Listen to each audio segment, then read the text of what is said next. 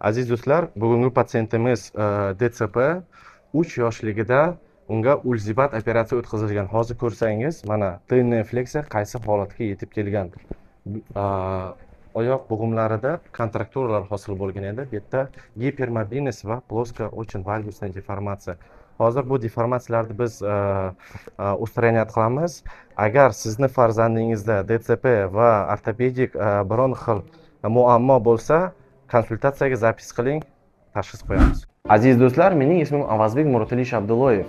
Men Rossiyaning Ilizarov nomidagi markazda neyroortopediya bo'limida travmatolog ortoped, jarroh bo'lib faoliyat yuritaman. Bizning bo'limimizda har oy 100 dan ko'proq bemorlar jarrohlik davolanishidan oladi.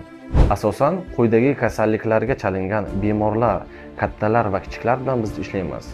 Bolalar cerebral falji, DCP, spina bifida, nerv va mushak kasalliklari, tug'ma yoki orttirilgan qo'l va oyoq deformatsiyalari, oyoqlarni chiqishlari va oyoqlarni uzunligi va kaltaligini biz muolaja qilamiz. Unda Toshkent shahrida konsultatsiya o'tkazaman. Shuningdek, operatsiyaga muhtoj bemorlarni saralab olaman. Agar sizda va sizning yaqinlaringizda shunaqa muammolar bo'lsa, e'lon bilan tanishib chiqing va oldindan konsultatsiyaga yozing.